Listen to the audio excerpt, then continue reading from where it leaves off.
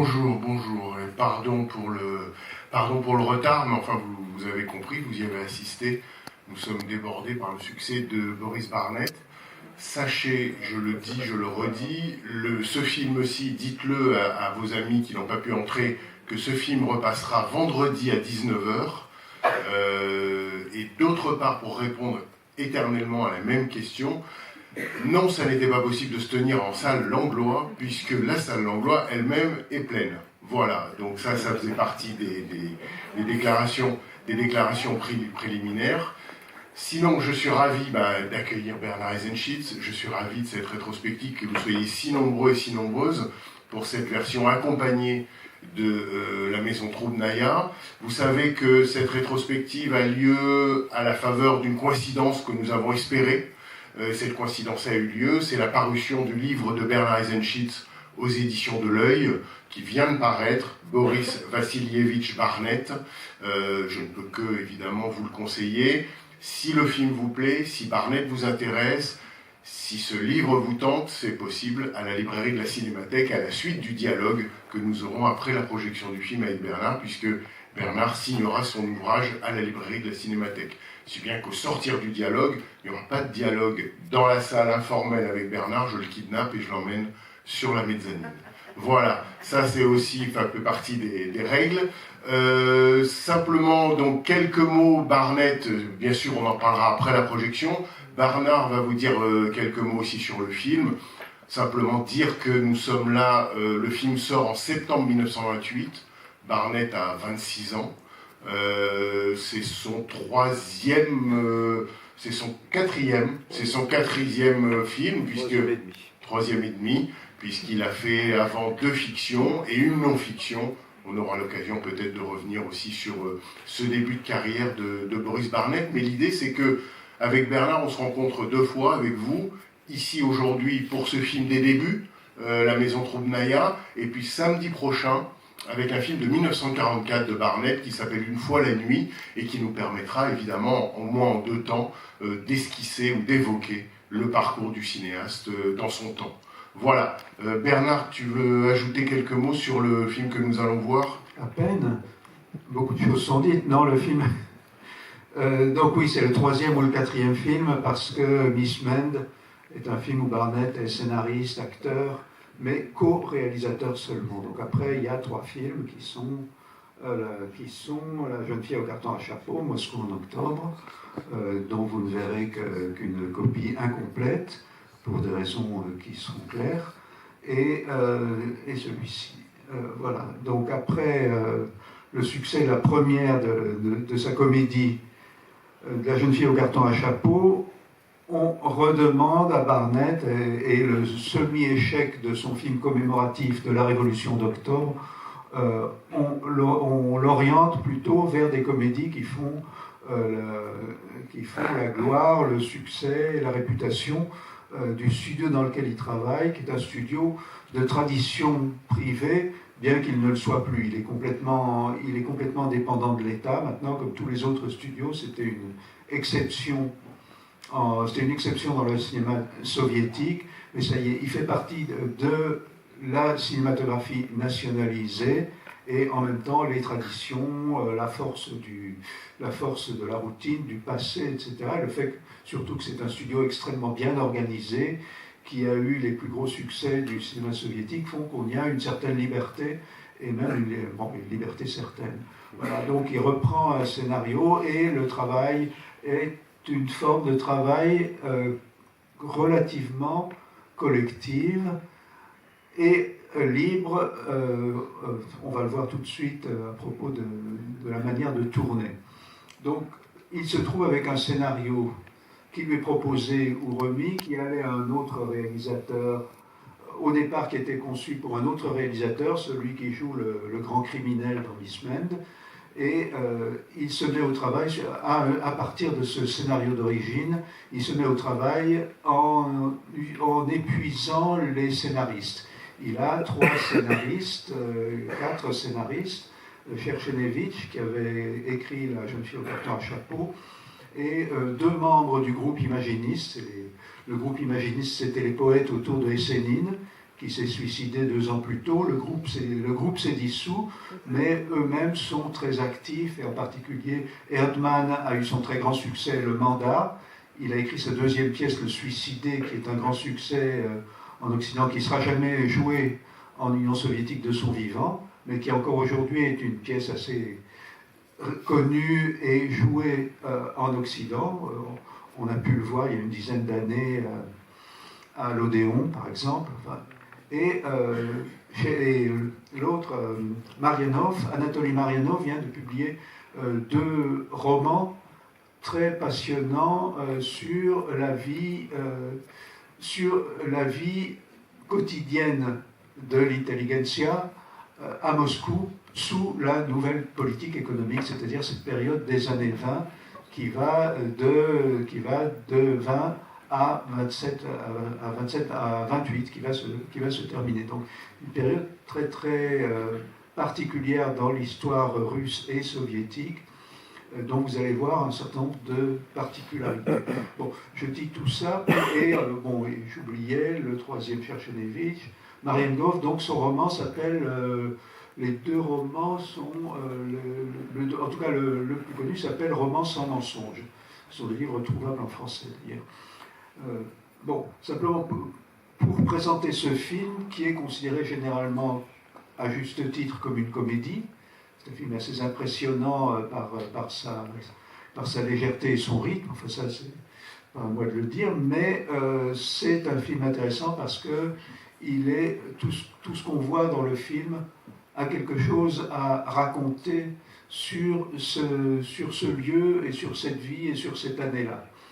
Je ne vais pas rentrer dans les détails maintenant, mais c'est vraiment un film moscovite de 1928. Ça va de l'opposition entre la ville et la campagne, du théâtre populaire, du théâtre d'amateur, de la nouvelle classe de petits bourgeois qui s'est créée, des abus de la manière de fonctionner, de la démocratie locale, etc. Enfin, tout ça sont des éléments de comédie, drôles ou pas si drôles, où la vie quotidienne, enfin, qui est un des grands thèmes de la littérature russe de ces années-là, la vie quotidienne, la cohabitation comme une forme d'enfer. Bon, tous ces motifs qui sont des motifs d'un point de vue sociologique extrêmement parlants sont dans le film, j'espère, comme des éléments de comédie, non ? Me semble-t-il. Voilà. Mais justement, qui voit, on va voir s'ils sont réceptifs à tes arguments, qui voit le film pour la première fois ? Donc il te croit sur parole. Oui. Pendant encore 5 minutes. Pendant encore 5 minutes, parce que vous allez voir, quand le film commence, vous allez être convaincu d'emblée. Voilà, on se retrouve tout de suite après. Je voudrais, comme je vous l'ai dit, le film sera accompagné. Je voudrais accueillir sous vos applaudissements, à la batterie et aux percussions, Adrien Lecomte.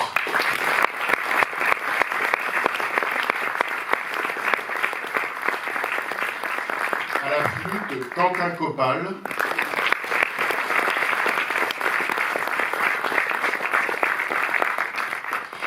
Et au violoncelle, Lina Belaïd. Merci. Voilà les gens qui s'installent. Bonne projection et à tout de suite après le film.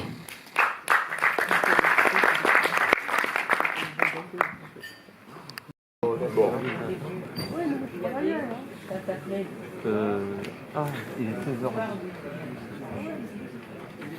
Comment dire c'est à 16h45 le film. Hein? Oui, mais je suis obligé de... Je vais voir quand même.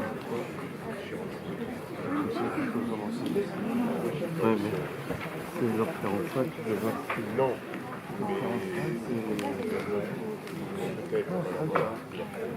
Il est 16h11. Ben voilà, c'est ça. Sinon, je reviens. Oui, il y aura de la place, de toute façon. Tu as ça? Hein? Ok.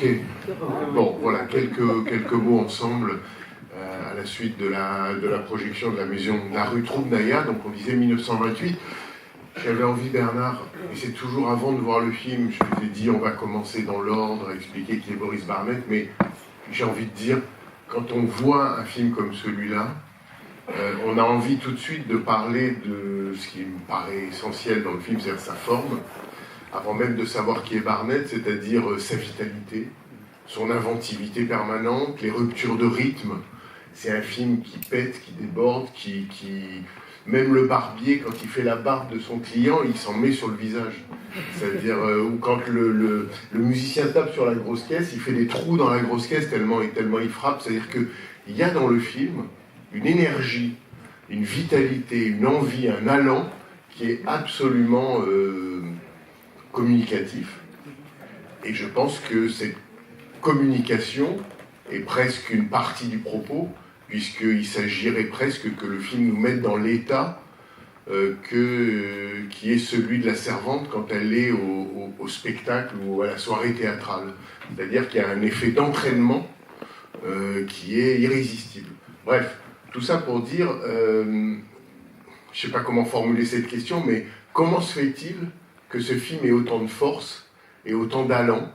D'où lui vient à Boris Barnett peut-être ce savoir, ou cet instinct, ou ce talent de créer.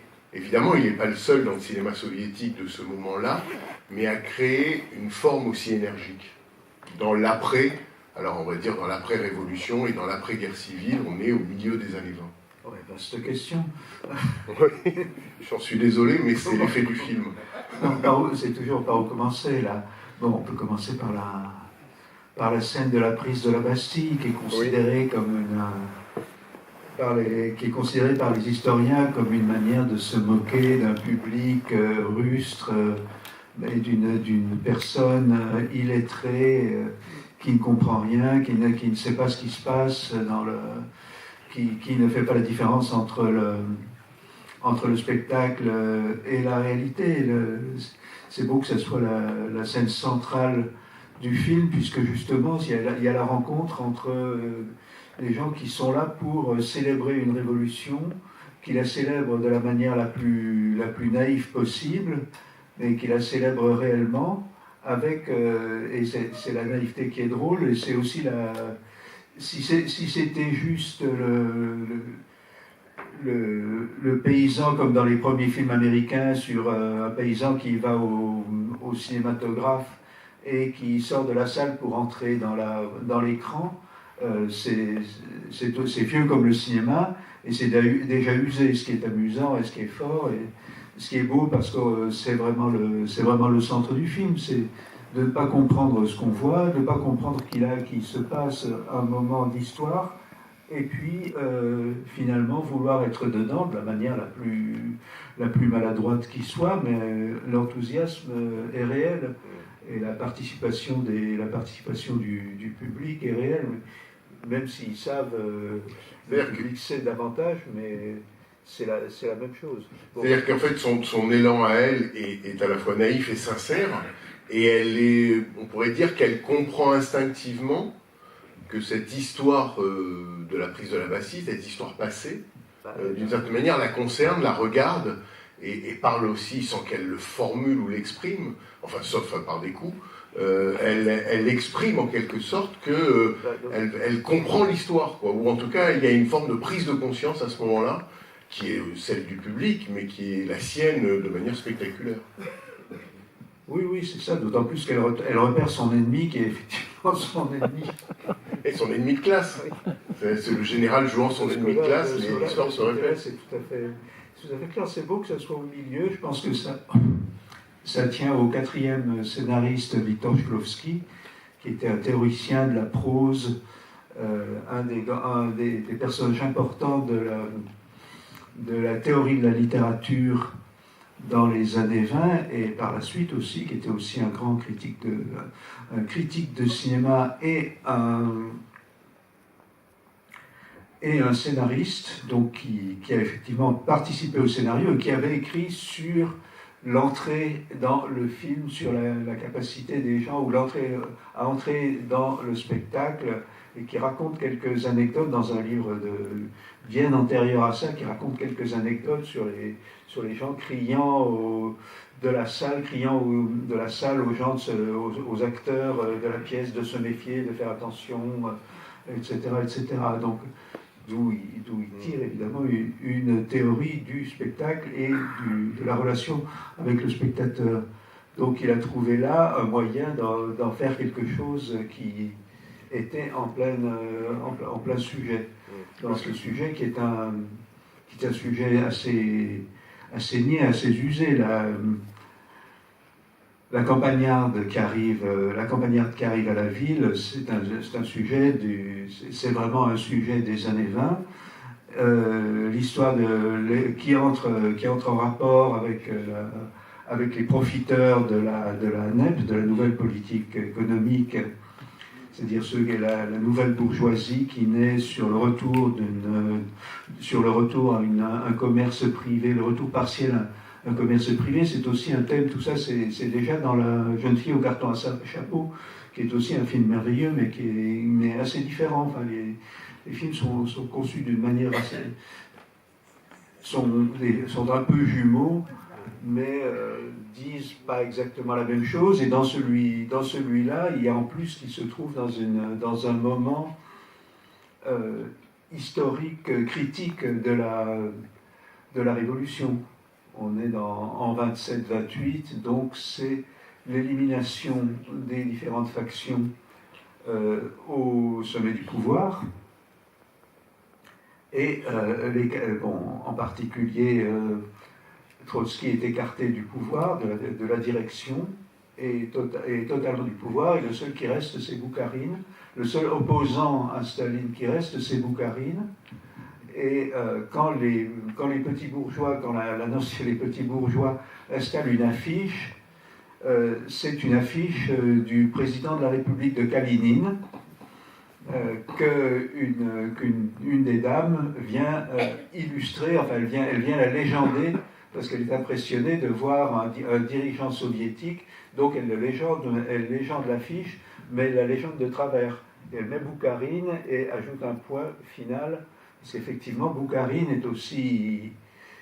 est un rôle aussi aléatoire que d'être Parania Pitunova, soit bonne à tout faire, soit délégué de la mairie de Moscou.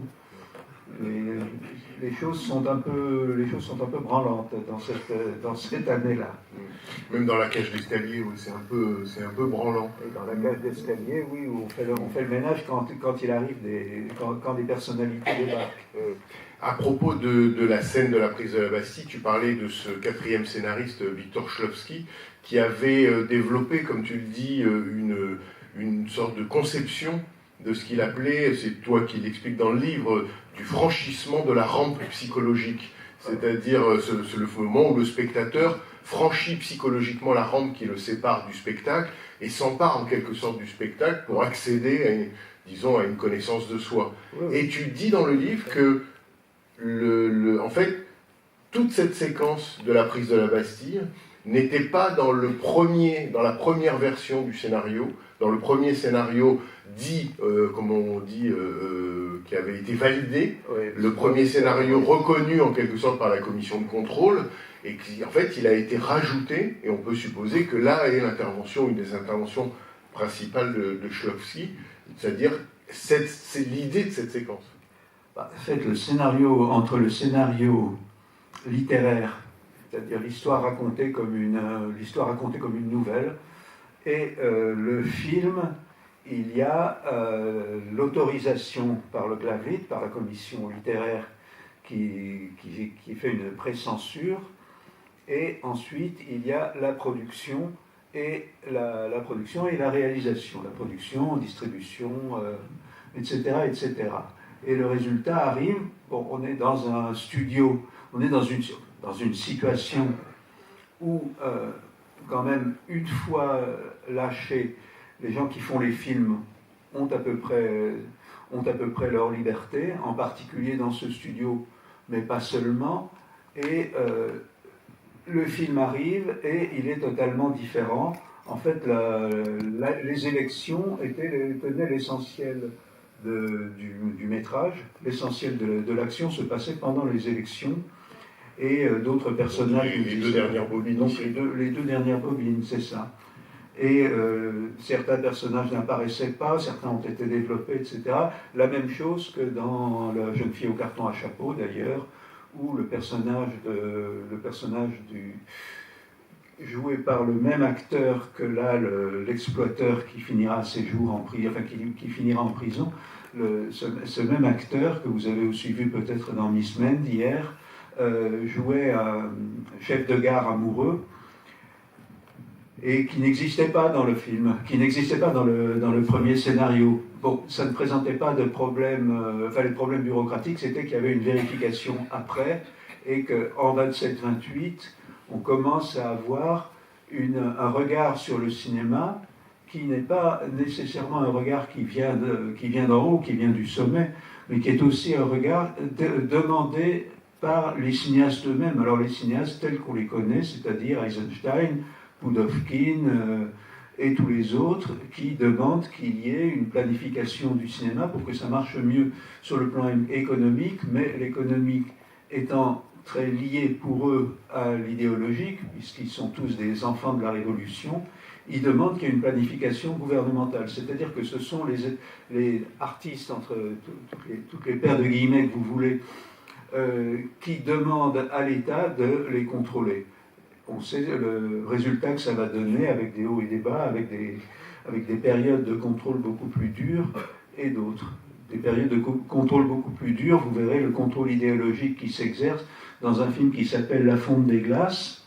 Il s'appelle comme ça, le programme. 1931. Donc, qui est 31, qui se fait une période idéologiquement beaucoup plus dure, qui s'appelle la révolution culturelle, la révolution prolétarienne culturelle, et où on voit des mouvements prolétariens aller plus loin que le pouvoir stalinien dans la lutte contre les koulaks et dans la lutte pour la socialisation ou la communisation de la campagne.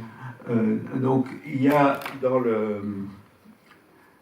la fonte des glaces, vous allez voir une espèce de résumé d'une situation politique qui était assez glaçante pour Barnett et qui transforme dans les premières minutes du film en une espèce de Roméo et Juliette accélérée qui dure dans la première séquence, qui est une séquence absolument magnifique, est une séquence d'amour et de paysage, et après on entre dans l'intérieur, dans la cellule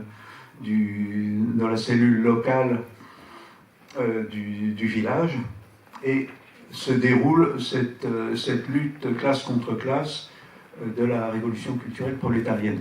Voilà, donc les films sont à la fois des films d'une grande liberté, parce que Barnett avait à la fois cette envie qu'il ne savait pas faire autrement, qu'il avait un enseignement très fort chez Lev Kuleshov, l'enseignement de Kuleshov, donc son maître, le premier cinéaste soviétique à avoir essayé de transmettre son savoir, à avoir essayé de transmettre et de transformer son savoir en enseignement.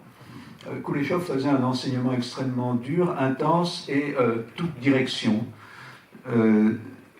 Et donc les acteurs, les personnages de Kuleshov devaient savoir faire les cascadeurs, ils devaient savoir faire les acteurs, connaître la technique, savoir les scénarios, diriger les acteurs, etc.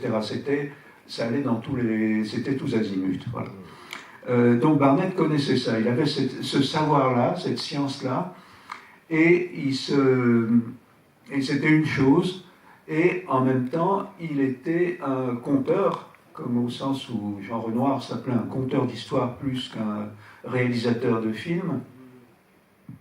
Et quand il écrivait un scénario, en général, il n'écrivait pas ses scénarios tout seul, quand il écrivait un scénario avec ses collaborateurs ou ses amis, entre amis. Alors je ne sais pas quel était son rapport avec le groupe des imaginistes, les deux scénaristes qui venait du cercle d'Essénine. Ça serait intéressant de savoir plus, je n'ai pas trouvé. Hein. Mais je suppose que des historiens de la littérature pourraient avoir peut-être encore d'autres lumières sur la question. Toujours est-il que le scénario donc était écrit. Alors là, cette deuxième étape du scénario s'appelait le scénario du réalisateur. Dans les grammaires du cinéma en France, ça s'appelle découpage ou découpage technique. C'est-à-dire, vous avez d'un côté un scénario qui raconte une histoire, que vous pouvez lire comme une histoire, qui est approuvée, mais qui est approuvée scène par scène. Et ensuite, vous avez un scénario du réalisateur, qui est un découpage, qui donne beaucoup plus précisément des éléments. Bon, ce que faisait Barnett, c'était qu'il prenait son scénario, alors c'est raconté même à 4 de couverture, vous n'avez même pas besoin d'acheter le livre, mais vous devriez quand même. C'est ce que raconte sa femme, celle que vous avez vue dans Au bord de la mer bleue, c'est qu'il prenait le scénario, il l'étalait chez lui, et il en faisait un rouleau, un rouleau qu'il pouvait retravailler, remonter, etc. Donc déplacer les séquences, se servir de ceci pour répondre à cela. Donc le rouleau avait une cohérence et une dramaturgie, mais une dramaturgie mobile. Et c'est là-dessus qu'il travaillait jusqu'au moment du tournage. Et une fois le tournage terminé, il laissait le rouleau à la maison et il allait sur place, et c'était à la fois les interprètes, les acteurs, actrices, et le lieu qui lui dictait ce qu'il allait faire.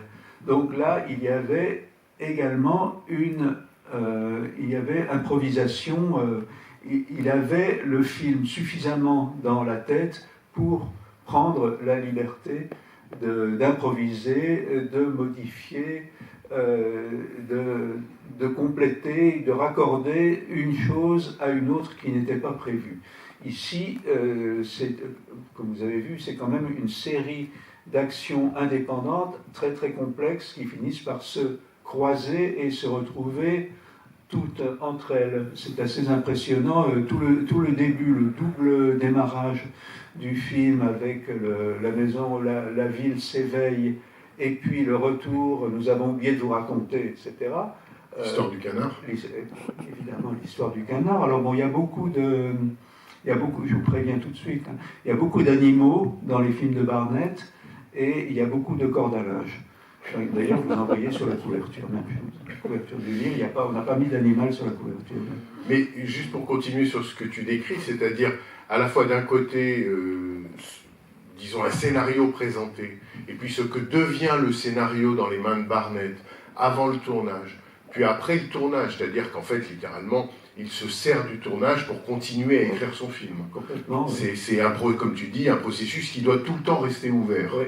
Et en même temps, c'est en ça que évidemment, Troubnaïa est passionnant, et peut-être, comme tu dis, boucle une boucle, ou en tout cas termine les années 20, c'est que l'année de Troubnaïa, septembre 1928, tu racontes qu'en mars 1928, il y a ce qu'on appelle la première conférence pan-soviétique du parti sur le cinéma, qui entend en quelque sorte mettre le cinéma au service de la réalisation du socialisme.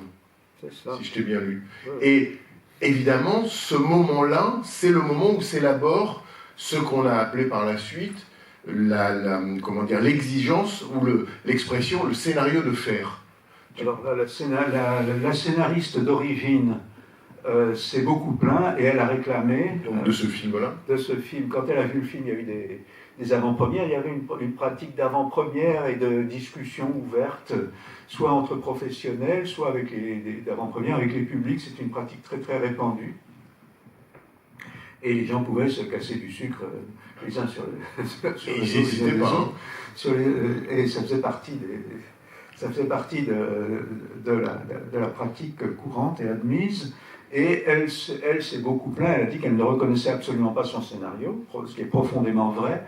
Elle a fait publier une des revues de cinéma, des principales revues de cinéma, il y en avait plusieurs, a publié des comparaisons entre le scénario, le film, comptant le nombre de moments où le film s'écartait du scénario écrit, etc., comme si c'était un défaut du film, avec donc cette demande de la scénariste qu'on arrive à un point où demande d'une scénariste, mais peut-être d'autres scénaristes, que le scénario devienne une pratique professionnelle autonome et que le réalisateur soit tenu par le scénario, ce qui avait peut-être appris ensuite une coloration beaucoup plus directement politique.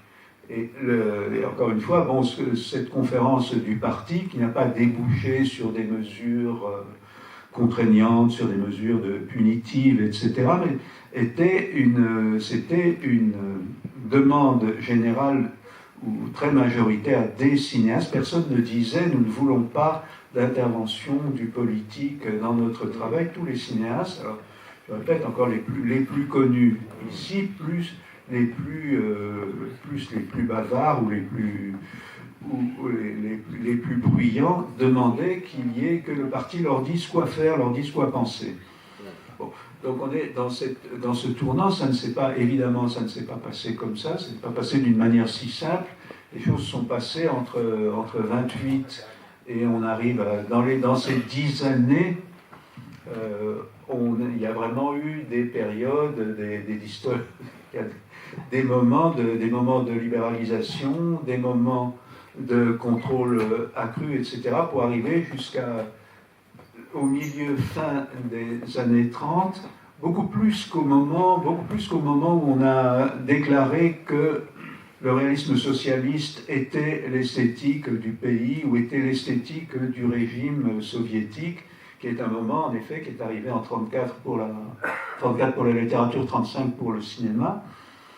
Dans la mesure où personne ne savait ce que c'était, on a continué à travailler. Et puis est arrivé, d'une part, le studio où travaillait Barnett, jusqu'au bord de la mer Bleue inclus, a été fermé du jour au lendemain. On est arrivé à un système de studio beaucoup plus professionnel, beaucoup plus organisé, beaucoup plus proche d'ailleurs du système américain, beaucoup plus compartimenté, où il y avait là un véritable contrôle à chaque étape du film, ce qui n'a pas empêché Barnett de zigzaguer par moment. Enfin, c'était, disons, vers la fin des années 30, on est dans une situation où il y a une beaucoup plus grande uniformité esthétique, pour ne pas parler du politique.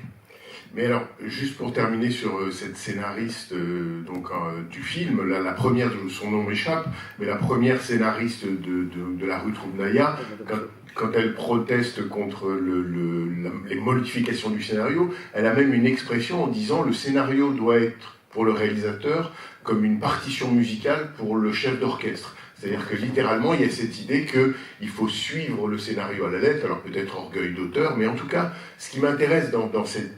Et après, tu décris comment effectivement cette idée ou cette volonté d'un scénario de faire ne s'est imposée que par moments, ou en tout cas progressivement.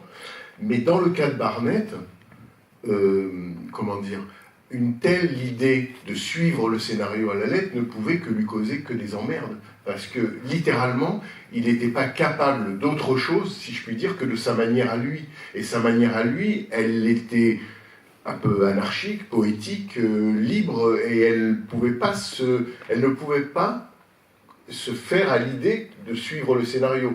Sa pratique de cinéaste allait contre cette idée. Oui, exactement. C'est ce que disait Alexandre Mita, Alexandre Mita, M-I-2-T-A, qui est un excellent réalisateur des années 60, c'est-à-dire du dégel post-stalinien, et qui a travaillé, lui, avec d'autres scénaristes de Barnett, et qui dit, il essayait de faire, il soutenait le régime, comme tout le monde, et il essayait de faire ce qu'on lui demandait, il essayait de faire de la propagande, mais c'était plus fort que lui, les choses lui échappaient, et la vie rentrait de tous les côtés. Et les bureaucrates étaient complètement désemparés devant ça, ils ne savaient pas quoi y faire. Alors il y a deux moments dans un film, je ne sais pas s'il passe la nuit de septembre, qui est un mauvais film, mais qui est assez drôle, parce que c'est un film sur le stakhanovisme, sur la manière de... Donc on est en 38, c'est un film sur la manière de produire davantage de charbon, il faut augmenter la productivité, démultiplier la productivité, et évidemment, qu'est-ce qui s'oppose à ça, puisque le régime a vaincu, il ne peut y avoir que des saboteurs. C'est d'un côté les soviétiques, ou les bons, les mineurs, ceux qui veulent de la productivité, et de l'autre, il n'y a pas de traînards, il n'y a pas de personnes qui envisagent une autre manière de faire, il n'y a que des saboteurs qui viennent de l'étranger, sans que ce soit très défini. Et donc dans ce film, qui est un projet tout à fait sinistre, il y a quelques séquences qui sont complètement hors scénario, et où on voit des gens s'installer pour un repas, où on voit des mineurs qui arrivent, des mineurs qui sortent de la fosse, et il y a un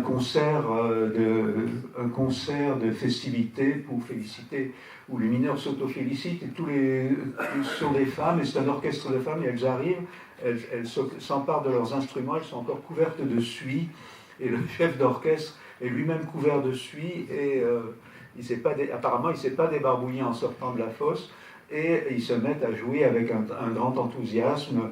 Il y a plusieurs scènes comme ça, complètement de gaieté assez légère, qui n'ont rien à voir avec l'histoire, et qui mettent juste qui font passer un peu d'air, disons, dans cette histoire, un moment où les gens viennent féliciter le héros, et chacun arrive avec sa bouteille, enfin bon, chose qu'on fait dans ces pays et dans d'autres aussi, une bouteille, quelque chose à manger, etc. Il y avait aussi c'était une période de relative aisance économique.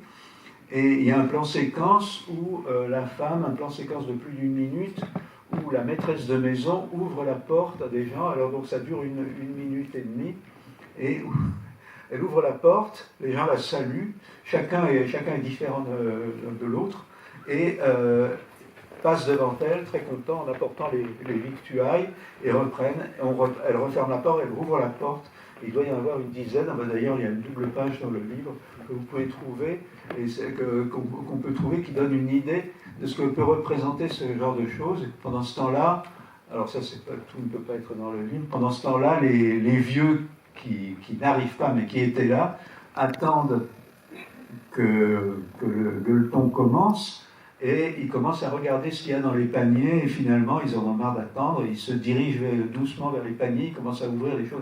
Tout ça n'a absolument rien à voir avec le film, ça n'a rien à voir avec le scénario, comme il n'y a pas de dialogue, ça ne peut pas être enlevé du scénario.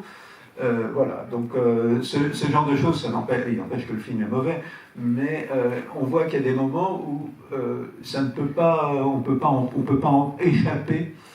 On ne peut pas échapper à ce genre de moments qui pouvait prendre Barnett. Bon, ensuite, après-guerre, où c'était de nouveau... Pardon.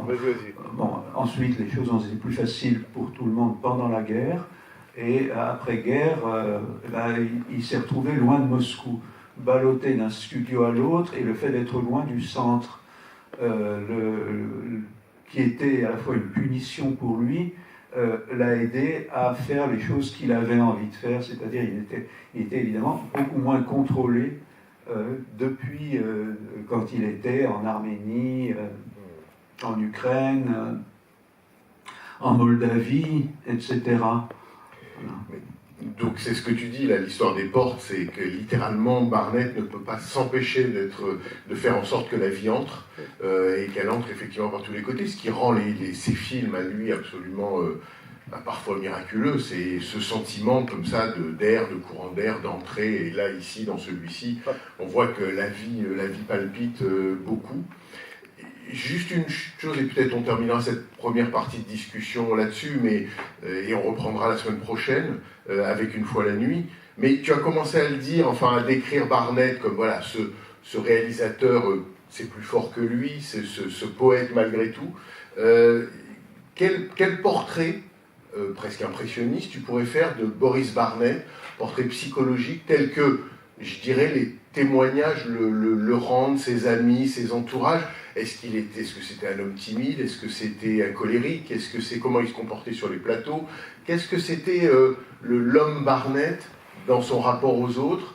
Un timide ou un expansif? Bref, quel genre d'homme c'était? Bon, c'était une espèce de colosse. Vous savez qu'il a commencé, il a été engagé par Kuleshov pour ses capacités physiques. Il donnait après sa démobilisation pendant la guerre civile, donc à la fin de la guerre civile, il a donné des cours de gymnastique et il a été boxeur. Il a fait des combats de boxe pour l'argent. Donc il a arrêté à ce moment-là pour aller dans l'atelier Kuleshov, apprendre avec Kuleshov, enseigner l'éducation physique et apprendre lui-même le travail d'acteur, enfin le travail de Kuleshov, encore une fois, le travail de Kuleshov, c'était l'apprentissage général du cinéma. Donc voilà les descriptions qui en sont données, qui sont données par la femme de Kuleshov, Alexandra Khokhlova, qui sont données par les témoins, par le scénariste d'Au bord de la mer Bleue, etc., sont les descriptions de quelqu'un d'extrêmement jovial, aimant tout le monde, apparaissant dans les fêtes ou dans les situations collectives, apparaissant et puis aimé par tout le monde et disparaissant aussi sec. Il était là et puis il n'était plus là. Voilà, et puis généralement aimé, ce que dit Maretskaya. Maretskaya disait qu'il était l'actrice de la maison de la Troumnaïa, qui était très jeune, mais qui avait une formation déjà théâtrale assez développée. C'était son premier grand rôle de cinéma. Pour elle, c'était une forme de direction peu autoritaire, très ouverte à toutes les possibilités aux choses que pouvaient lui apporter les acteurs, etc. Alors, tout le monde ne dit pas la même chose, évidemment. Sa femme, Elena Kuzmina, Au bord de la mer Bleue, et même dans Ukraina, qui est la seule actrice qui a fait 2 rôles principaux avec lui, Elena Kuzmina avait été formée par la fabrique de l'acteur excentrique, dont l'enseignement était assez proche de celui de Kuleshov. C'était un tandem de réalisateurs de Leningrad, donc c'était un peu différent. Elle avait été formée par eux, elle est remarquable dans des films comme La Nouvelle Babylone, et elle dit pour elle, il était beaucoup trop dirigiste, il lui laissait pas sa tête, quoi. Et elle affirmait qu'elle n'avait pas aimé travailler avec lui. Quand on voit le résultat, on a un peu de mal à le croire. Enfin voilà, bon, ça. Donc il est clair que pendant le Barnett de l'avant-guerre, c'est une chose. Il y a donc c'est un homme jovial, très ouvert, aimé de tous, en même temps pas tellement ouvert que ça. Les quelques déclarations publiques, puisqu'il y avait ces discussions dont j'ai parlé, donc les quelques déclarations dans des débats sur les films, dans des débats entre professionnels sur les films, parce qu'il y avait les trois étages, discussions de studio, discussions dans les premières où il y avait public et professionnel, et puis les présentations des films. Ces discussions montrent plutôt quelqu'un d'assez angoissé. On ne comprend pas très bien, c'est pas très très clair par rapport à l'image que donnent les portraits. On ne voit pas très bien ce que c'est que ces moments d'angoisse où il demande aux camarades de l'aider. Bon, alors ça même si c'était une formule toute faite sous le stalinisme, de demander aux camarades de l'aider. Eisenstein, au moment du prêt de Beijing, fait la même chose. Mais c'était quand même venant de lui sur des films comme ceux-là qui n'appelaient pas, même si les films ont souvent été interdits, comme Au bord de la mer Bleue, ou retirés de la distribution, ça n'appelait pas ce genre de conflit. Donc il y a ça, et puis dans l'après-guerre, avec cette après-guerre assez terrible qui a été, disons, le retour d'un stalinisme très dur jusqu'à la mort de Staline, là il y a d'une part son mariage, son dernier mariage, mais avec des séparations fréquentes de sa femme qui joue avec un théâtre qui est souvent tourné, et de son côté balader dans différentes républiques pour tourner des films dans 5 ou 6 studios différents à la queue leu. Et là, il y a une certaine amertume, le sentiment du vieillissement. Il y a une certaine amertume qui s'établit, et des moments où, vers le milieu des années 50, on sent la fatigue, et évidemment un scepticisme généralisé qui s'empare de lui. Ce qui est, je pense, l'histoire de la plupart de ceux qui ont vécu et la Révolution, et ensuite la répression, qui ont vu la disparition de leurs amis, ou qui ont vu l'éloignement des amis ou leur disparition, et qui ont vécu ensuite le traumatisme aussi de la guerre. Donc là-dessus, il y a une certaine une réelle amertume qui s'établit, qu'on trouve dans le récit que fait Ottario Celiani, en particulier de sa première rencontre avec lui, mais d'autres témoignages aussi. Voilà. Alors à la fois c'est plus fort dans la mesure où on a affaire à un personnage qui déborde de vie, disons, dans les années 20, 30, 40, et c'est aussi quelque chose qui a à voir avec l'époque, avec les années, et l'âge, et la génération. Quand vous reverrez en DVD ou en projection La maison de la rue Troudnaïa, vous serez attentif à la séquence où la jeune paysanne arrivant à Moscou demande son chemin et se fait littéralement balader à droite à gauche. Donc le deuxième ou troisième passant, moscovite, celui qui fume, il a une belle carrure, et le seul qui lui dit que c'est celui qui ne sait pas. C'est celui qui ne sait pas, et ben c'est lui Barnett. Voilà, c'est lui, donc vous ferez attention. C'est le seul à ne pas connaître son chemin. Voilà.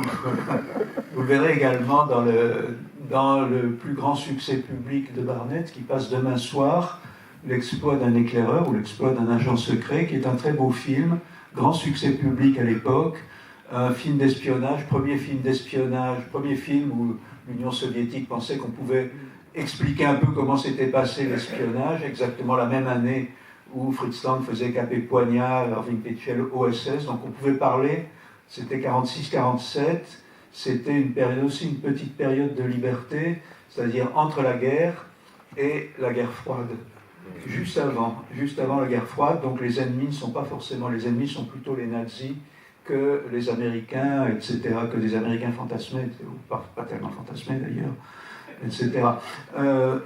Donc vous le verrez dans le film où il joue le général allemand précisément. Et donc, puis on le verra samedi prochain, non, dans Une fois la nuit, où il joue un autre général allemand, mais tout à fait différent.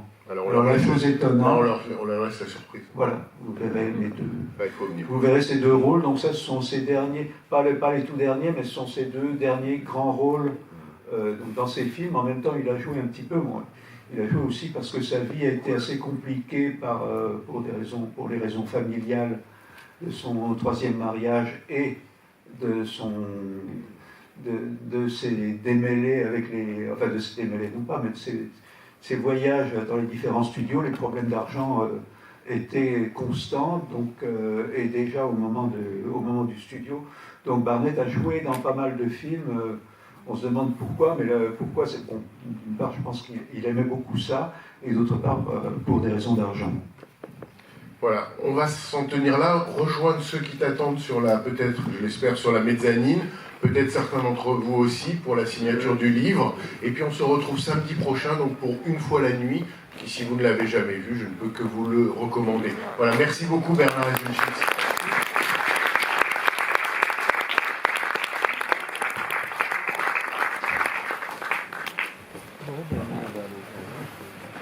n'a pas tant que ça finalement. Pardon? On va pas tellement attendre parce que c'est à 18h, je pense. Ah ben moi, je